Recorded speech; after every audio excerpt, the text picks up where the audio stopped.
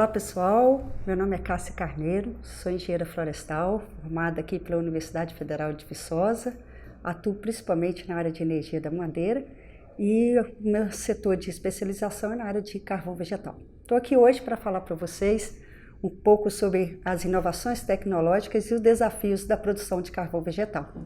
É um tema amplo, que nós poderíamos ficar hoje o dia todo, por exemplo, falando todas as questões e todos os desafios desse setor, que é o segundo de maior importância para o setor florestal. Tá? E antes de falarmos das tecnologias e dos desafios, é importante também falarmos dos números desse setor. Né?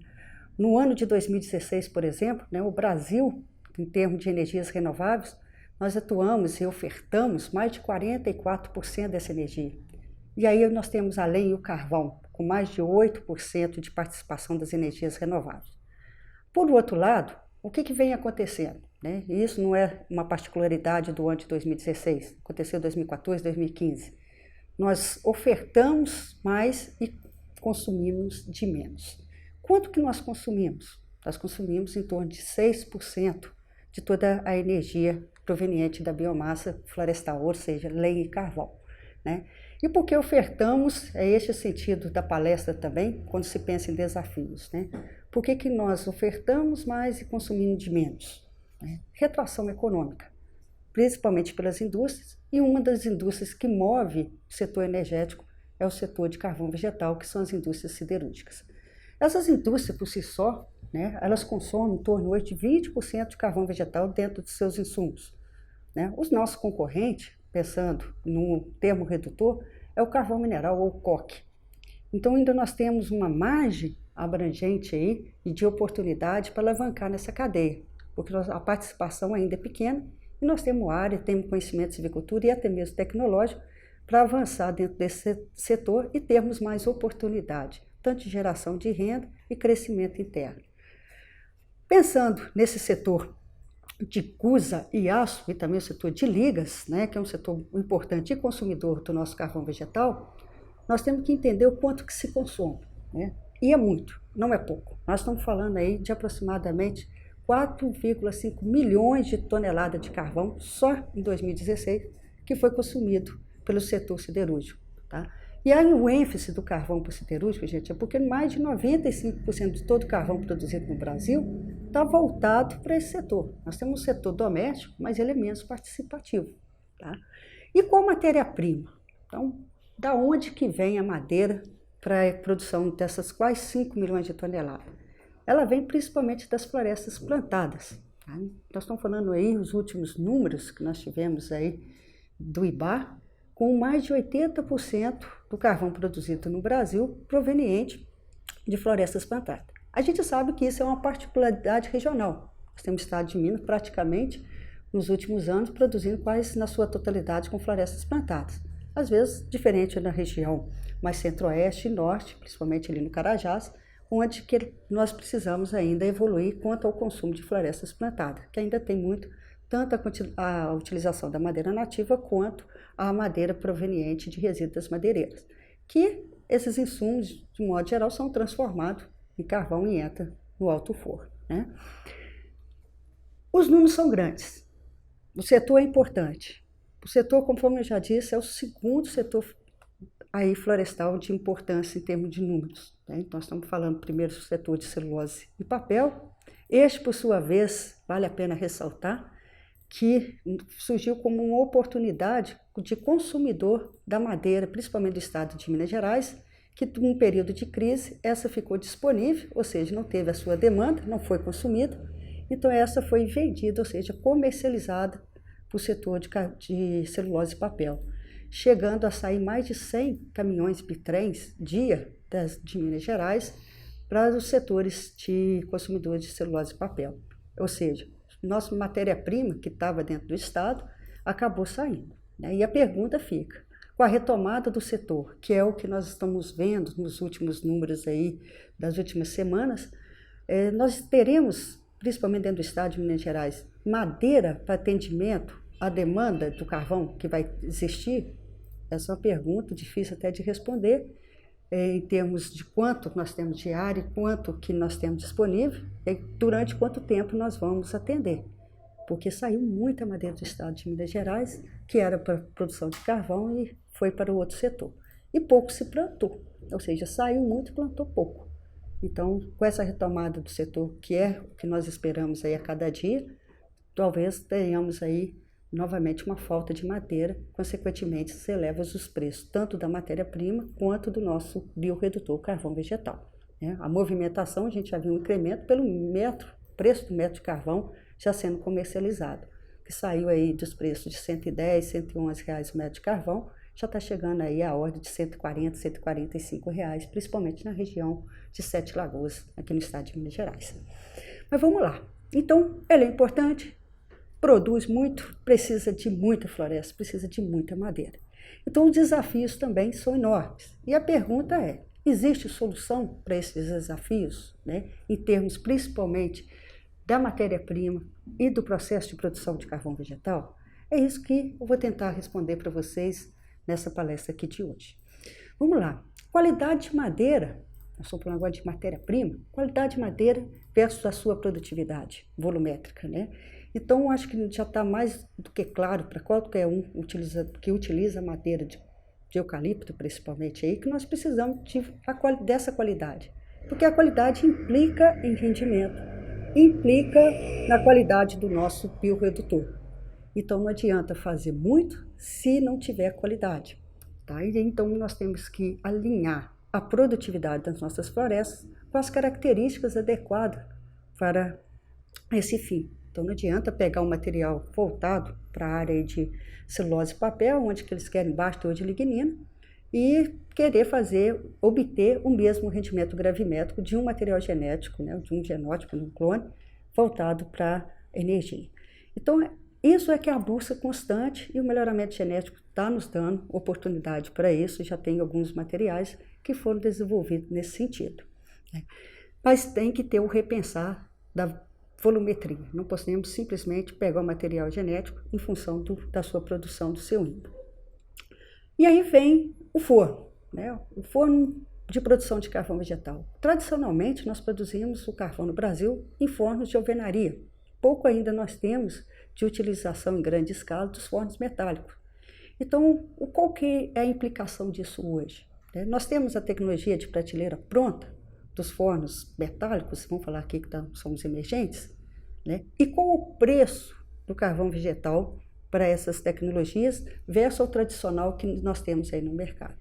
Alguns trabalhos, algumas pesquisas estão sinalizando nesse sentido, onde que ainda a curto e médio prazo a produção em fornos de alvenaria, seja os fornos circulares ou os fornos retangulares, utilizados pelas empresas integradas, verticalizadas, ainda vão ser predominantes em relação ao custo final do carvão vegetal. Mas nós temos outras tecnologias também emergentes na parte dos fornos metálicos, que com certeza elas virão ser competitivas, visto que muitas delas estão sendo tecnologia nacional, que facilita até mesmo a sua comercialização e a sua manutenção. Isso não quer dizer que descarta as tecnologias de fora, que também pode entrar e estão entrando no mercado, competitivas também para o nosso setor. Então, a longo prazo, a gente entende que as tecnologias metálicas oferecidas tanto pelas empresas brasileiras quanto de fora, podem surgirem aí como uma oportunidade de melhoria do processo de carbonização. Pensando no que temos e no agora, que nós temos os fornos de alvenaria, circulares e retangulares. O controle de processo da carbonização da madeira, ele ainda é feito de uma forma muito empírica, principalmente pelos pequenos e médios produtores, que vale ressaltar que eles detêm um percentual de quase 60%, é a estimativa, de produção de todo o carvão brasileiro. E aí isso é um complicador, porque são fornos pequenos e estão em uma produção pulverizada.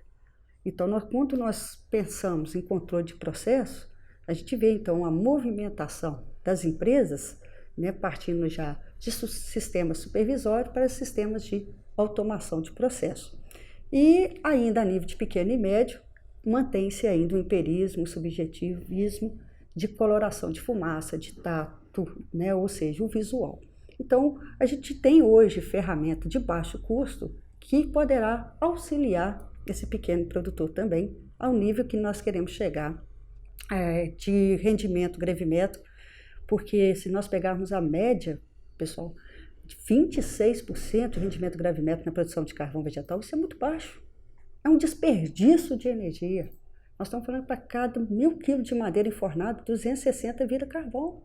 E além de tudo, esse carvão que vira lá na frente é um carvão de péssima qualidade, porque se eu não controlo matéria-prima, não controlo o processo, esses 260 ele pode virar 180, porque parte dele pode gerar finos, que é uma característica ruim do carvão, ele é friável. Se não tiver controle de processo, né, tiver uma ferramenta para isso, esse rendimento ainda pode ser final pode ser ainda pior. Tá? Quanto à alta geração de finos, conforme mencionado, nós temos que atacar, porque esse é um grande gargalo. Nós temos que atacar da matéria-prima, na seleção de materiais onde que eu vou ter características que propiciem essa menor geração, ou seja, maior resistência desse carvão, e, ao mesmo tempo, eu tenho que atacar o controle de processo. Além disso, eu tenho toda a parte da movimentação do carvão, que aí cabe a cada empresa, a cada produtor controlar, ou seja, mexer menos nessa carga para ele ter um maior controle da sua geração de fino. Caso contrário, cada vez que mexe, cada vez que dá um tombo no carvão, vamos gerar mais fino e 1 tonelada de fino é bem mais em conta do que 1 tonelada de carvão. Então, nosso produto é o carvão. O fino é um coproduto que as empresas integradas podem utilizar para fazer a injeção, mas pode ser comercializado para energia no mercado, no varejo, no dia a dia. Vamos lá, pensamos agora, temos o forno, temos o controle de processo que temos que atacar e, uma vez feito esse carvão, os fornos têm que resfriar. Né? E nós gastamos, infelizmente, mais tempo para resfriar o carvão, ou seja, o forno fica parado, do que propriamente para fazer o carvão. Então, para a gente pegar os fornos retangulares industriais, onde nós podemos, em função até dos seus custos de implementação, nós gastamos em média 4, 5 dias para fazer o carvão, ou seja, para carbonizar, e depois gastamos 10, 12, até mesmo 15 dias para resfriar a massa de carvão. Ou seja, 2 vezes o tempo de produção do carvão para deixar o forno parado. Então, esse é um grande gargalo tecnológico e nós vamos ver também, mais à frente, vou falar para vocês que temos algumas tecnologias para reduzir esse tempo de resfriamento.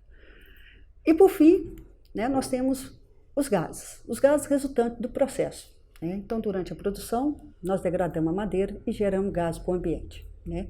E esses gases são passíveis de queima, esses gases são passíveis de condensação, né? Que são as 2 rotas possíveis. Mas, qualquer uma das rotas que nós optarmos, nós temos custo para isso. Então, nós temos que sanar a questão técnicas existentes entre elas para fazer com que elas se tornem cada vez mais viáveis economicamente, visto que tecnicamente nós já estamos caminhando para o domínio da tecnologia, principalmente a rota da condensação. Nós temos grandes pesquisadores que já trabalham ao longo do tempo, então eles já utilizam essa cadeia de coproduto para fazer o que uma grande amiga fala, a Maria Emília, que fazer dinheiro com a fumaça. Né? Então, a rota da condensação, a rota já mais estabelecida, mas ela tem que se tornar também realmente viável economicamente. Por outro lado, a rota da queima dos gases, da combustão em fornos ou em fornalhas ou queimadores, é uma rota ainda em desenvolvimento recente. Né? Nós temos alguns trabalhos feitos pelo Laboratório de Painéis de Energia da Madeira, no qual eu estou lotado, junto com as empresas aí pertencentes ao Grupo G6, aos associados da CIF, onde que a gente vem ao longo dos anos trabalhando aí em cima dessa tecnologia. Mas muito também tem a desenvolver e também a gente vai falar um pouco desses desafios. Oportunidade também, né, dentro desses desafios da queima de gases, uma vez se queima, uma vez nós temos como oportunidade fazer a cogeração elétrica. Também temos que fazer isso viável economicamente. Então, esses são alguns dos desafios, de algumas oportunidades, né, que eu linkei para vocês aqui. E, em cima disso, de cada item, agora nós vamos debruçar e falar um pouco mais. Começando pela matéria-prima. Né? O que nós queremos, o que o melhoramento genético tem que ter em mãos na seleção, no cruzamento, para buscar cada vez mais uma matéria-prima de qualidade. Né? Nós precisamos da densidade básica da madeira. Essa densidade básica da madeira, ela reflete em várias etapas do processo. Nós vamos falar desde o transporte, colheita e transporte, entrada dessa madeira para dentro do forno, porque aí nós vamos produzir mais, ou seja, tornar o forno mais produtivo devido ao maior enfornamento. E nós vamos ter um carvão também mais denso, que tem uma implicação direta no alto forno. Nós precisamos, quimicamente, ter uma madeira com alto teor de lignina e baixa relação siringil-guaiacil e com alto índice de cristalinidade. Esses três elementos juntos, vamos pensar assim, propriedades da madeira, contribuem significativamente para o rendimento gravimétrico em carvão vegetal. Ou seja, maior teor de lignina, maior índice de cristalinidade e menor percentual da relação siringil-guaiacil, nós temos um material mais estável termicamente, já que o processo de carbonização é um processo de degradação da madeira. E trabalhamos com temperaturas não de copa que não ultrapasse aí 380, 400 graus Celsius. Tá? Então, nós estamos falando onde que nós vamos preservar, principalmente, a lignina presente na nossa madeira e preservar parte da celulose, considerando que da importância dela, que ela é quase 50% de toda a madeira enfornada, né? Os percentuais médios de celulose na madeira é de 45%. Então, nós não podemos jogar metade do forno para o ar, ou seja, na forma de fumaça. Precisamos degradar, mas nós temos que ter o cuidado do controle de processo para preservar a lignina e parte da celulose, para que possamos ter um maior rendimento gravimétrico. E precisamos também de ter madeira seca. Então, não adianta passar essas características para o melhorista, ele conseguir buscar e achar o ponto médio entre a produtividade e um material genético com essas características, se não fizermos o chamado pré-tratamento, ou seja, a secagem da madeira, que é um grande vilão, a umidade. A umidade na madeira aumenta a geração de finos e derruba o rendimento gravimétrico, fora a toda a parte também de depreciação do forno que deve ser considerado. Tá? Uma outra característica da matéria-prima que nós estamos agora pesquisando e estamos achando altas correlações e temos como atacar, buscar materiais também com características mais adequadas nesse sentido, é a relação cerne-albu. Né? A madeira, de modo geral, o cerne dela é impermeável, muito impermeável. E nós temos que fazer a água sair do seu interior e ir para a superfície. Nós temos que degradar a madeira no seu interior para atingir o carbono fixo desejado e esse gás tem que ir para a superfície. Então, vai ter uma movimentação de vapores e de gases do interior da madeira para a sua superfície. E nós temos células, né, como já bem conhecido aí, as células de parênquimas. Então, quando a gente olha o interior da madeira, região medula, casca, a gente vê o interior muito fissurado, muito quebradiço. Né? Então, aquelas rachaduras radiais, né, foram proporcionadas pela ruptura de algumas células parenquimáticas. Então, que as regiões mais frágeis, por alta pressão de vapores ou gases ocorridos nessas regiões. E a culpa disso tudo se deve, então, à baixa permeabilidade do cerne. Então, a gente tem que buscar realmente materiais com a menor proporção de cerne e albuno, porque facilita a secagem e facilita no processo de carbonização. Então, é uma variável de fácil mensuração no dia a dia, porque análises químicas são relativamente caras e que nós temos que adequar, então, as medições para a seleção futura e até mesmo podemos pensar aí de tratos silviculturais, né, a silvicultura interligada aí com o melhoramento genético e com a tecnologia, de modo a termos materiais com menor proporção de cerne possível em função dessa geração de finos que nós temos. E entrando, agora falando um pouco do controle de processo, né, o que nós temos, né, conforme foi falado? Nós temos hoje pouca movimentação dos pequenos e médios produtores em termos de controle de processo. E nós temos as grandes empresas que utilizam os fornos retangulares tradicionais, que já aplicaram a técnica da pirometria, ou seja, saiu da coloração dos gases e do tato, do subjetivo, e foi para a pirometria, ou seja, utilizar um pirômetro para que possa seguir a marcha de carbonização em função de uma curva de carbonização, de modo a otimizar qualidade e rendimento. Saindo da pirometria, qual que foi o avanço que nós tivemos? Foram os sistemas supervisórios, ou seja, a partir de termopares instalados ao longo dos fornos, eles mandam os sinais, seja um sinal a rádio, por exemplo, ou a cabo, e através de uma tela de computador online você vai seguindo o que vai acontecendo dentro do forno. Tá? Então, à medida que foi colocando essas tecnologias, o reflexo foi imediato, em termos de rendimento e em termos de qualidade. Né? E aí a gente pergunta, onde que está esse desafio? O desafio tem que, colocou-se as grandes indústrias, partiu da pirometria estão partindo para o supervisório, e do supervisório agora para onde que nós vamos? Nós vamos para a automação. Então já tem algumas empresas já bem avançado, atendo quase uma unidade inteira já com o sistema supervisório e o sistema de automação, onde que nós já conseguimos controlar o processo de entrada e saída de oxigênio do forno e, consequentemente, nós conseguimos fazer essa restrição mecanicamente. Com isso, tira o subjetivo da pessoa de ir lá e adequar quanto ou qual o percentual de tomada de oxigênio para dentro do forno que deve ser naquele momento, ou seja, na intervenção pontual. Então, o forno vai se trabalhar de uma forma mais estável e com a intervenção mais rápida. Então, esse é o caminho. Claro que isso tem desafios, né? Esse é o caminho da automação, mas tem um desafio. Desafios são custos, são os próprios desenvolvimentos, porque as áreas que nós estamos, que estão as unidades produtoras de carvão, são áreas sem pavimentação, são áreas ao céu, ao relento, né, ao céu aberto. Então, nós precisamos ter materiais, né, que aguente e que a temperatura, essas intempéries. Então, custo, mas as condições operacionais são um dos nossos desafios. E para o pequeno produtor, nós precisamos fazer chegar até ele pelo menos um pirômetro. Né? Então, nós já fizemos no laboratório alguns desenvolvimentos, alguns fornos, mostrando que isso é possível. Então, os fornos circulares, compostos metálicos para captura da temperatura através de um pirômetro, é saída para o pequeno produtor para ele ter uma ferramenta de baixo custo para melhorar o seu desempenho.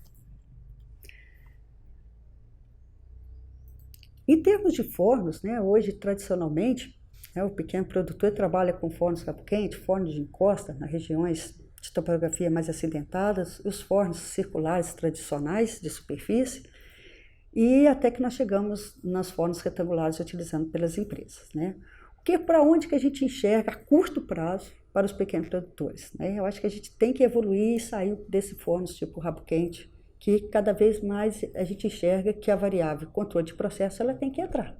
Né? Acabamos de falar de pirometria, falando de supervisório, para controle interno de temperatura do forno, que é ele que vai ditar o ritmo da degradação da madeira e a qualidade desse produto que vai sair dentro do forno. Se continuar o pequeno produtor fazendo carvão em fornos tipo rabo quente, a gente infelizmente está rasgando dinheiro. Nós já temos fornos aí desenvolvidos. Quando eu falo nós, é a indústria brasileira, são os profissionais disponíveis aí no mercado, já fizeram uns fornos bem melhores que de acesso aí ao pequeno produtor. Quando eu falo de acesso, é viável, tanto tecnicamente quanto economicamente. Né? E a ferramenta que eu falei do pirômetro é o colaborador dele para o uso dessa tecnologia. Então, nós estamos vendo uma movimentação de cada vez mais os fornos circulares para pequeno produtor, né? Vale ressaltar isso. Eles trabalharam com fornos circulares, acoplados aí a queimadores de gás, para ter um ambiente mais salutar do ponto de vista do profissional propriamente dito que está nessa operação, além, claro, da questão ambiental. Então, essa a gente está vendo a movimentação para onde estamos indo. Claro que, à medida que eu melhoro o forno, à medida que eu ponho o queimador, que eu vou pôr no ferramenta, tem um custo adicional disso. Para isso, nós precisamos de estar com o mercado aquecido, com o mercado estável, para que possa pagar melhor para o carvão vegetal e o pequeno e médio também possa fazer os seus investimentos. Os fornos retangulares, né, tão tradicionais, aí utilizados pelas empresas integradas ou as maiores empresas, né, onde que a grande vantagem desses fornos é a mecanização, né? E a partir do momento do seu custo inicial, acaba ele permitindo o acoplamento dos periféricos, né? Conforme já foi falado, o próprio sistema de automação é um tipo de periférico. Esses fornos, o grande desafio deles hoje é como resfriar esses fornos mais rápido, né? Então, o que nós temos hoje para fazer com que tenhamos uma maior produtividade desses fornos mesmo? O seu ciclo tem um número de 5 meses por mês a mais nesses fornos. Nós temos os trocadores de calor. Os trocadores de calor foram inicialmente desenvolvidos pelas empresas aí do grupo G6, onde que inicialmente a gente sai aí de 10, 12 dias de tempo de resfriamento e conseguimos chegar a 6, 5, 7 dias de resfriamento, ou seja, tem um ganho de 40%, 50% no tempo total de resfriamento do carvão, né? Então, a tecnologia está ainda sendo desenvolvida, ela está num estágio avançado até de desenvolvimento, mas ainda ela tem um grande desafio, né? As praças de carvão, de modo geral, as unidades produtoras, elas não tinham demanda de energia elétrica. E agora, né, com as tecnologias chegando, nós passamos a ter consumo de energia. E o trocador, ele gasta energia, porque nós precisamos tocar os tambores, os exaustores. Então, motores e exaustor, nós estamos falando de consumo de energia. Então, nós temos que cada vez torná-los mais eficientes para a gente reduzir o consumo de energia elétrica e tornar essa tecnologia extremamente viável e importante, né, quando se pensa assim, no aumento das dimensões do forno de carvão vegetal. Então, nós temos hoje fornos retangulares de 220 a 320, podemos chegar a 700 estéreos de enfornamento, e se fala até em fornos de 2.000 estéreos, né, o metro cúbico útil de forno de enfornamento, ou seja, tem uma tendência à movimentação dos fornos serem maiores, em vista do detrimento do custo da tecnologia metálica no momento, né, a fala a curto prazo, e com isso nós realmente vamos ter que ir acoplando periférico para pagar essa conta, tornar esse forno o mais útil possível. Então, os trocadores de calores é a tecnologia que nós temos aí desenvolvida e que está hoje sendo aí, podemos falar, a oportunidade para fazer o resfriamento dos fornos. Saindo do resfriamento dos fornos, né, nós partimos então para os queimadores de gás, né? Eu acho que essa é uma grande pergunta, é o que se fala, né? E a gente tem que entender um pouco que a tecnologia de queima de gás, ela é recente, conforme eu já mencionei. Agora, ela está pronta? Ela está de prateleira? Nós podemos ir a Viçosa, e chegar em Viçosa e pegar no laboratório de painéis de energia uma tecnologia que lá está sendo desenvolvida e replicar para todos os pequenos e médios produtores? Nós podemos pegar o que as grandes empresas desenvolveram e ir lá comprar dessas empresas? Está lá disponível? É essas perguntas que nós temos que entender, né? Porque, de modo geral, quando se fala em desenvolvimento, é porque nós não estamos com a tecnologia pronta. Ela ainda pode ser aprimorada, pode ser melhorada. Então, tantos trabalhos feitos aqui em Viçosa, tantos trabalhos feitos por outros colegas e até mesmo nas empresas, em termos de queimadores de gás, já alavancou muito, nós já crescemos muito, aprendemos muito e melhoramos muito. Mas ainda temos um caminho a ser vencido. Precisamos melhorar essa tecnologia ainda tecnicamente, né, para torná-la mais eficiente e, consequentemente, precisamos torná-la mais viável economicamente. Então, nós ainda estamos numa fase de desenvolvimento. Que o futuro nos espere, a gente acredita que futuramente, sim, mais a médio e a longo prazo, nós teremos as unidades produtoras de carvão quase 100% com queima de gás. Mas nós precisamos de um tempo para que isso aconteça. Não vai ser do dia para a noite. Então, os desafios ainda são grandes, estamos trabalhando, não estamos de braços cruzados para isso. Nós estamos, a academia, o setor produtivo, estão unindo força cada vez mais para o desenvolvimento dessa tecnologia da queima de gás. Porque ela é necessária, nós sabemos que ela é necessária. Só que nós precisamos de um tempo para consolidá-la e assim repassá-la a pequenos e médios produtores. A exemplo de que nós estamos fazendo, por exemplo, um projeto de siderurgia sustentável, onde nós estamos colocando algumas unidades demonstrativas, junto com a parceria com o PNUD, para pequenos e médios produtores, sistemas de fornos seculares melhorados com o queimador de gás. De modo que vamos colocar isso no dia a dia, na lida do produtor, para que possamos cada vez mais ganharmos em termos de conhecimento para que o próximo queimador a ser desenvolvido seja mais eficiente do de ontem e assim por diante. Então, é uma cadeia que está em desenvolvimento. E por fim, nós temos que pensar aqui, nós estamos falando de tecnologia, de queimadores, trocadores, nós temos que pensar que, uma vez que nós estamos queimando esses gases da carbonização, se essa for a rota escolhida pelo pequeno ou pelo médio e grande produtor, nós temos que pensar que, como produto dessa queima, nós temos o quê? Nós vamos ter o CO2, nós vamos ter água e nós vamos ter energia, considerando uma queima completa, uma combustão completa, um sistema altamente eficiente. E a energia, gente, que sai desses queimadores de gás é muita energia. Energia capaz de secar a madeira, energia capaz de fazer cogeração elétrica. Então, já fizemos alguns projetos em parceria aí com as empresas, onde que a gente já mostrou que é possível. Né? Sempre desenvolvimento, primeiro a gente tem que mostrar o quê? É possível? Sim. É possível secar a madeira utilizando os gases do queimador? Sim, é possível secar. É possível gerar energia elétrica? Sim, é possível. Mas nós ainda estamos desenvolvendo a melhor logística. Porque a pergunta é, e vira um desafio, nós vamos secar essa madeira utilizando os gases combustos num secador externo ao forno? Qual os projetos que nós já fizemos? Ou nós vamos partir para aproveitar o gás combusto do queimador e jogá-lo, direcioná-lo diretamente para o forno, ou seja, fazer a secagem dentro do próprio forno, né? Então, essas perguntas é que precisam ainda ser respondidas, principalmente do ponto de vista econômico, para ver a questão do impacto da movimentação da madeira, vermos o impacto do tempo da secagem dentro do próprio forno, para a gente ver qual é a melhor rota possível e a menor custo para fazer o aproveitamento dos gases provenientes do queimador. Mas essa é a direção. A queima do gás gera muita energia e nós temos que utilizá-lo, seja para secagem, seja para cogeração elétrica, ou seja, térmica e elétrica, ou os dois conjuntamente. E, no mais, é isso. Eu queria colocar algumas considerações finais, falar que a cadeia de carvão vegetal, em termos de tecnologia, avançou muito nos últimos 9 anos. Tá? Nós estamos falando aí de 2008 para cá. Nós fizemos muita coisa. O nós é a academia, o nós são os produtores, são as entidades de classe. O setor uniu em torno da causa de que precisava avançar com essa cadeia em termos de tecnologia.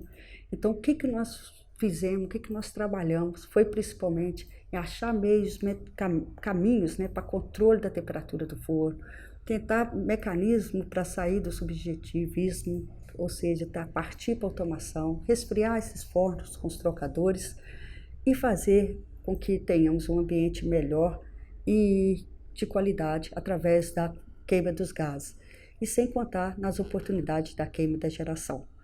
E outro, e se não tivermos, não adianta ter toda essa tecnologia andando, seja em desenvolvimento ou alguma já consolidada, se nós não tivermos matéria-prima de qualidade. Porque se nós não apresentar madeira com características adequadas para a produção de carvão vegetal, se nós não secarmos essa madeira, nada adianta entrar com a madeira para dentro do forno com a alta tecnologia, porque os impactos realmente serão grandes.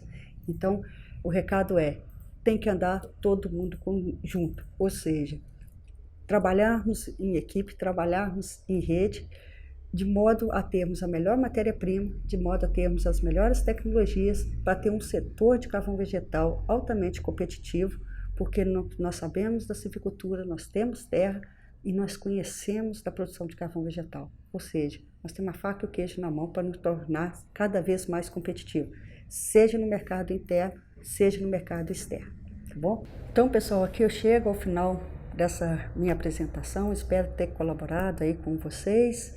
Gostaria de deixar o meu e-mail é cassiacarneiro1@gmail.com. O meu telefone de contato é 31 3899 2719 ou 31 3899 3239. Eu fico lotado no Laboratório de Painéis e Energia da Madeira, onde nós temos um sítio de pesquisa lá em carvão vegetal, lá no LAPEM. faço aqui meu convite, a todos que quiserem conhecer um pouco do nosso trabalho, tá lá, estarei sempre lá à disposição com a minha equipe, né, porque sozinho ninguém faz nada, com a equipe do LAPEN, que são os demais professores, e também os nossos alunos de graduação e pós-graduação que atuam nessa área. E então, estamos aqui, então, à disposição de vocês para o que for necessário.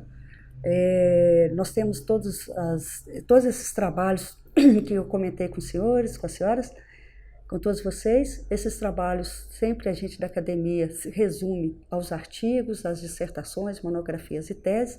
Então, quem tiver e que quiser conhecer um pouco dessas tecnologias, desse trabalho, é só me enviar um e-mail, que todos eles foram resultados de algum trabalho acadêmico em Viçosa, em parceria com o setor produtivo. Então, eu posso enviar para vocês essa documentação e também qualquer outro esclarecimento, pode me contactar por telefone ou por e-mail. Muito obrigado, tenham todos aí um excelente evento e obrigado, Paulo, pela oportunidade.